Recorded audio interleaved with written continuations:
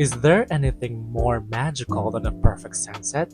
What if you could experience it on a luxury yacht with delicious food, wine, and most incredible views in Cebu? Today, we're just doing that. Hi guys! Sa day in my life as a part-time content creator na wala pang sahod at hindi naman sikat sa social media. And welcome back sa ating pamalakasang voiceover for today's video. Samahan nyo kami kasi it might be the most romantic and breathtaking experience here in Lapu-Lapu City, a sunset cruise with Seahorse Yacht Philippines. And this is the best experience that I had. We booked this around 3,500 pesos and it already includes buffet dinner, pika-pika, and even a round of wine. Pero bago ang lahat, nagbayad muna kami ng 5 pesos for the port entrance and 200 pesos for the environmental fee. Around 4 p.m. dumating na yung sasakyan naming yate and this is my first time na feeling ko sumakses na talaga ako.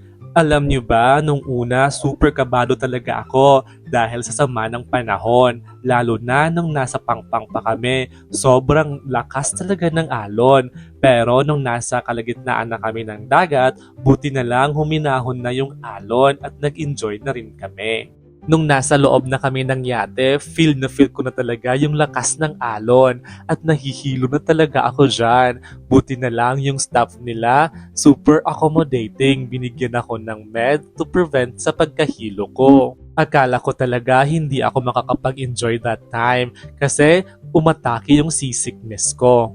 Pero bes, hindi pwede. The show must go on. This is the very special day of my life. On board, pika-pika kaagad ang sasalubong sa'yo. You can just pick whatever you want and enjoy. And I'm sure magtatanong kayo sa comment section, papaano makapag-book dito? Simple lang. You can just search their Facebook page, Seahorse Yacht Philippines. Magre-reply sila kaagad and you can ask more question about it. Or kung marami ka namang time, you can just walk in sa main office nila. Ilalagay ko na lang yung address sa comment section.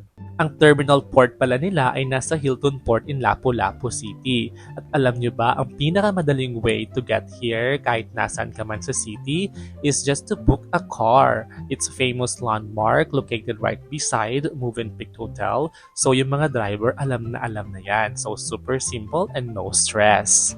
And if you want to experience this, please watch this video. Let your body